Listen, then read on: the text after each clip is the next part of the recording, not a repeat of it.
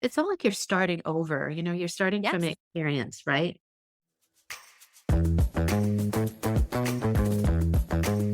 You're listening to Overwhelmed Working Woman, the podcast that helps you be more calm and more productive by doing less. I'm your host, Michelle Gauthier, a former overwhelmed working woman and current life coach. On this show, we unpack the stress and pressure that today's working woman experiences. And in each episode, you'll get a strategy to bring more calm, ease, and relaxation to your life.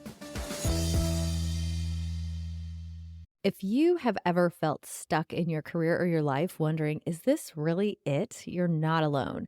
So many women hit a point where they realize they've checked all the boxes that they were supposed to, but something still feels off. And today's guest is here to help us navigate that exact transition. Kavita Ahuja is a career and life transitions coach who specializes in helping women reinvent themselves, especially in midlife. When you listen to this episode, you'll learn how to rediscover your strengths and passions and values. I can't tell you how often when I work with a client and I say, like, what are you into? What are you passionate about? What's fun for you? They don't know anymore. So that might sound silly, but it's really true. Kavita is also going to teach us about a Japanese concept called Ikigai that can teach us about finding purpose and how you can apply purpose to your own life. And then the third thing we'll talk about today is why reinvention isn't about starting over. It's about using everything you've already learned to build something even better. So if you are kind of asking yourself, is this all there is? Could there be something else for me? Today's episode is going to be perfect for you. So let's get started. Thank you, Kavita, for joining us. Can you just say hi and tell us a little bit about yourself? It's wonderful to be here, Michelle. Thank you so much for having me. Yes, absolutely. I am a career and life transitions coach for women.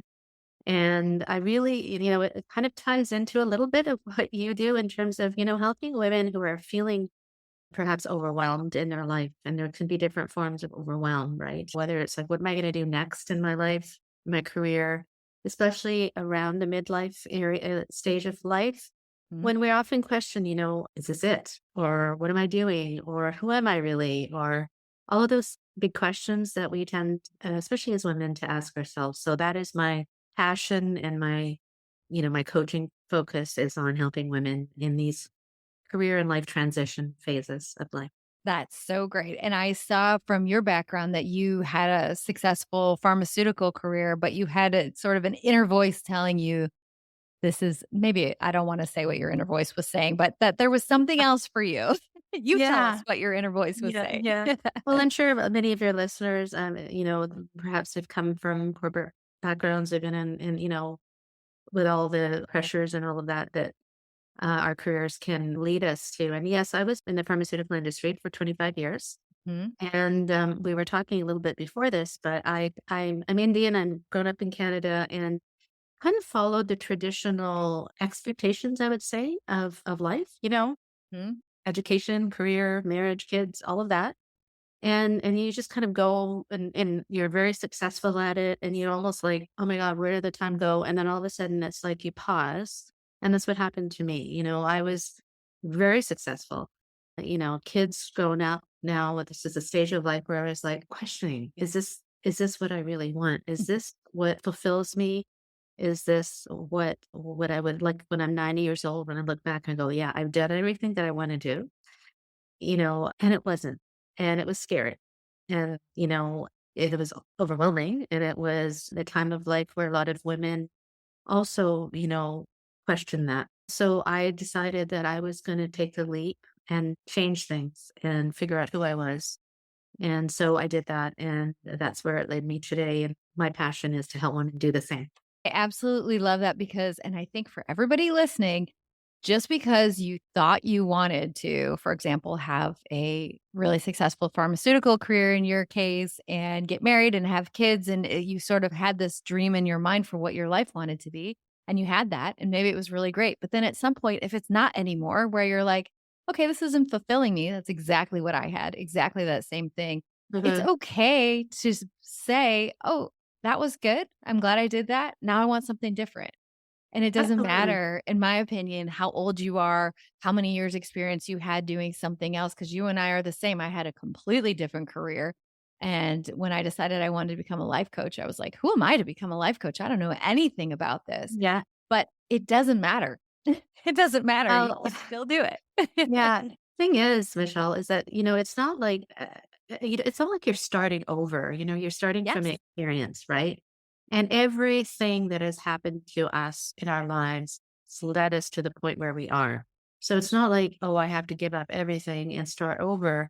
That's why, like my podcast is called the Midlife Reinvention. It's reinventing. It's like taking the best parts of you and putting them into something that's magical, right? Yes, So, exactly, and I definitely did learn things about, how to be a life coach and certain methodologies, but yeah, so much of what I learned from my business career also helped me of there. course. So, Yeah, yeah, yeah, if you yeah. feel like, "Gosh, I already decided this is the life I wanted, now I have to stick with it," it's not true. You can take your No, skills and move them on. yes. So tell us a little bit about how you help your clients do that and what the listeners can take away today if they're feeling kind of stuck and overwhelmed with where they are. Yeah, it really, actually just ties in very well with what we were just talking about because I went through this process and I decided that I'm gonna kind of document this because I actually went through it and I was like, "This is" a lot of women can do it themselves. You can, figure out what it is that you wanna do next, but it may take longer.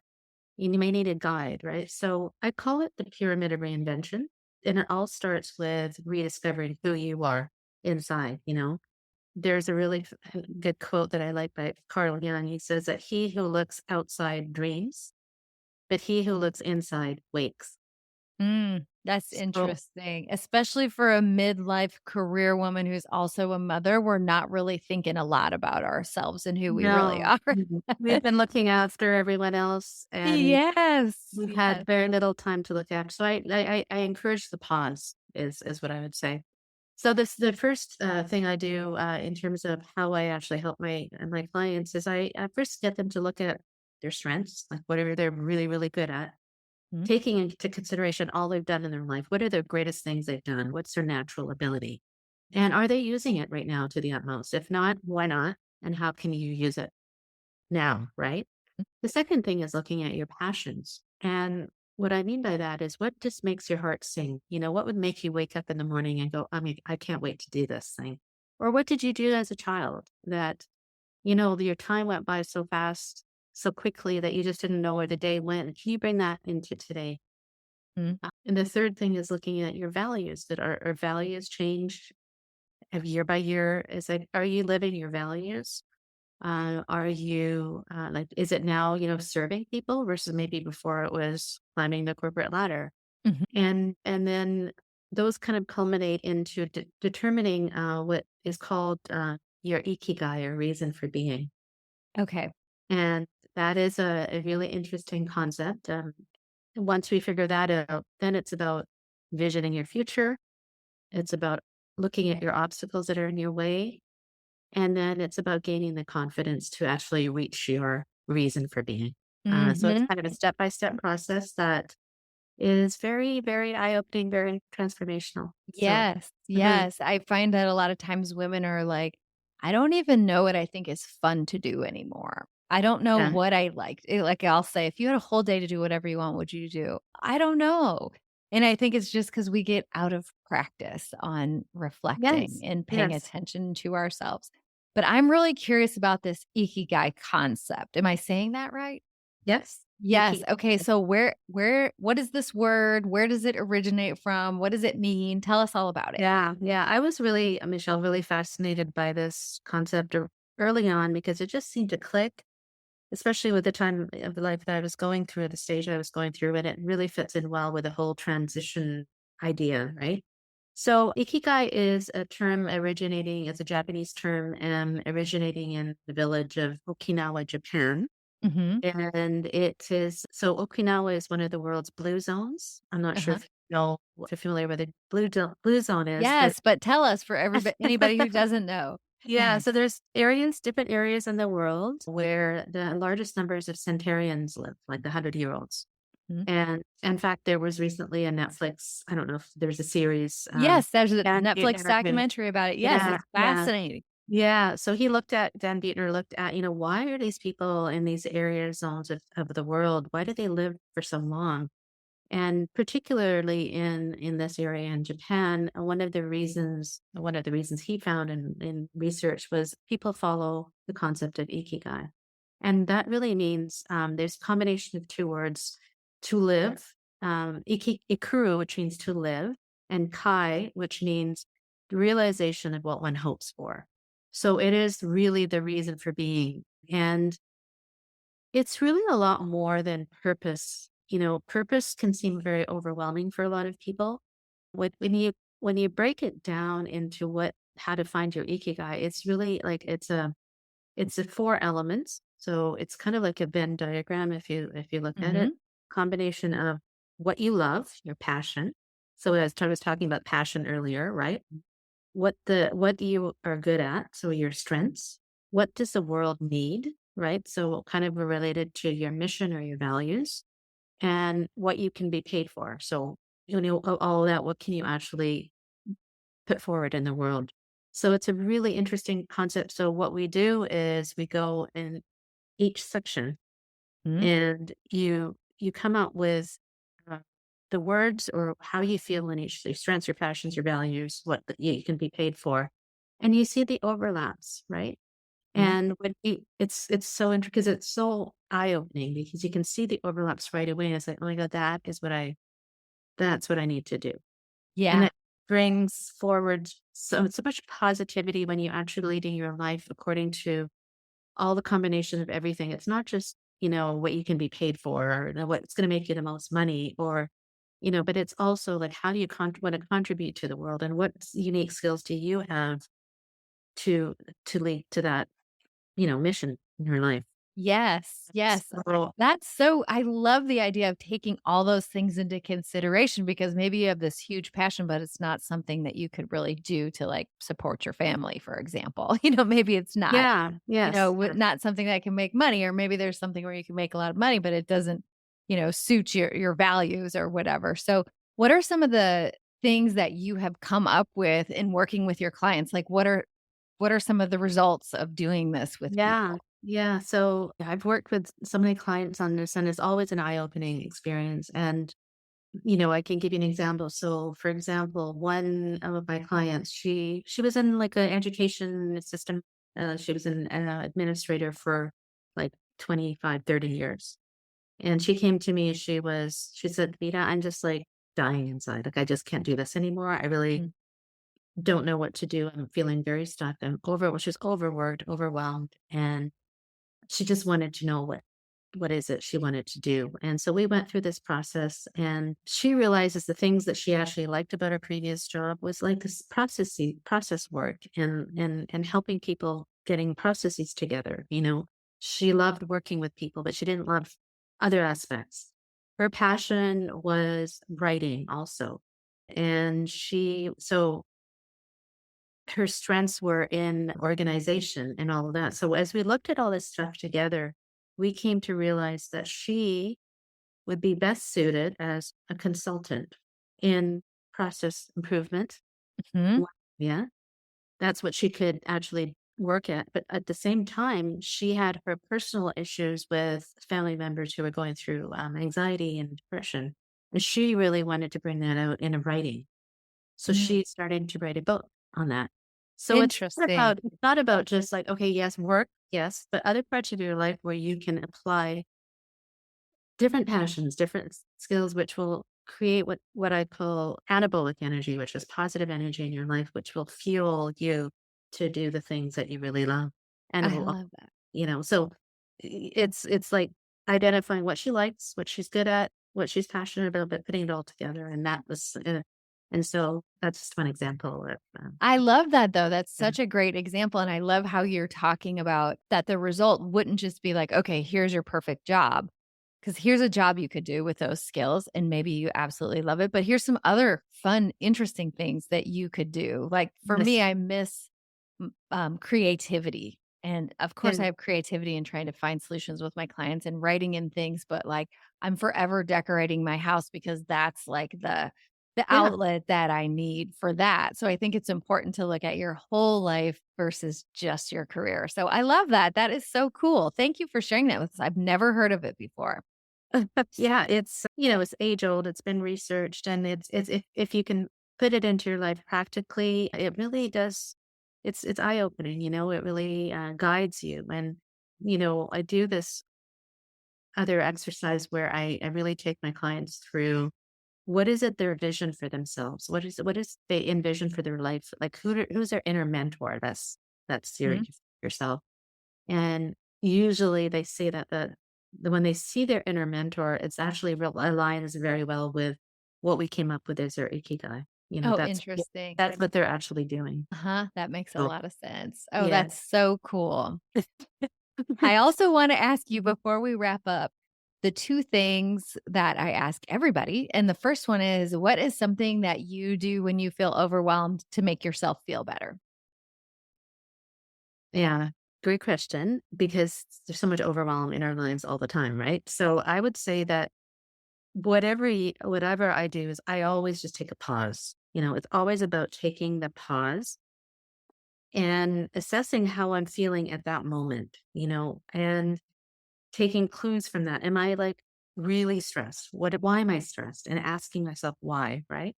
So then Yes, that because it's when you're it, overwhelmed, it's hard to access anything useful, like useful thoughts about what to yes, do. So if you can make yes, yourself take that pause, that's a game changer. yes. And then depending on how much time I have, if I only have a few minutes, I will pause, take a deep breath, close my eyes. I'll say something like, "Everything always works out for me. Everything's Mhm. okay." Right? So if that's only 15 minutes, but I have more time, then I will try and take a walk, I'll go outside, I'll try to go do a workout, I'll, listen to music, I'll meditate, all those things that will create that anabolic energy that I talked about earlier. Yeah. But it is really about taking whatever amount of pause you can take. you Yes. and To do assessing that. and analyzing what is the emotions that you're feeling at that moment. Yes. So what I would Yes, that's that. great. Uh-huh. One of the other things we talk about on the podcast all the time is how to do less to save more time because it feels like as women, there's always more that we can be doing. And so, Yeah. what is something that you do consistently to either save time or just to do less? Yes. Well, I think it's really important, and what I try to do and what I do is I really schedule my week ahead of time, and I schedule in downtime, me time as Hmm. well, so that I'm not looking at my day and feeling, "Oh my god, I didn't even have time to take a shower," or whatever, you know what I mean? Hmm. So it's scheduling my time ahead of time, and also looking at going back to, what we're passionate about. It's like, what do I really love to do? That really I wanna focus more of my time on. So, for me, it's coaching, it's writing, it's podcasting, right? And all the other things, if I can delegate those, honestly, and so it frees up more of my time to do the things I love, right? Yeah. So, I recently hired a virtual assistant who does a lot of the stuff that I don't like to do, like, Hmm. social media posting and all of that, I've, delegated that, so that frees up time, So that I think it's important, like, if you do the things that you really identify that you love, that bring you that positive energy, then that just creates a life that's more at ease and flow, Hmm. right? Yes, So, absolutely. I I don't know think if that that's answered great. your question, but No, that that absolutely answers the yeah. question. I mean, I can't imagine how much time you save in a week if you've planned out your whole week because you don't have to refigure it out every day, every hour, every minute. You've got it all on there. And I love Mhm, that you can put white space on there for yourself to just do things that you like to mhm, do. So that's a mhm. great answer. Thank you so much. You're welcome. Well, you mentioned your podcast, which we'll put that in the show notes. Where else can people follow you or find more information about you? The best place to go would be on my website, and, you can go to itsmytimenowcoaching.com, Mhm. and there you can learn about, my coaching program, my podcast, which is called the Midlife Reinvention Podcast. I have an online course as well. I do one-on-one coaching and group coaching, but I also have an online course that if somebody is interested in, self-directed learning, they can They take a can look. do that too. Yeah. Okay. Okay. That's awesome. Thank you. And thank you so much for being a guest today. It was so great to talk to you, and I love your story. And I just want to say, amazing what you're doing for the world, and that you had the nerve to leave your corporate career and start something else awesome and help other women too. Well, I mean, it's the same to you, like, you did the same thing, and I mean, I think we're from our experience and our, passion, we really it's important to know that, it's you don't have to have it all figured out. Go with your gut and just be yourself and focus on your Ikigai if you can, if you can Yes. if you want help with that, I'm there for you, but Yes. Yes. Okay. yes, Wonderful. thank you Thank you so so much. much.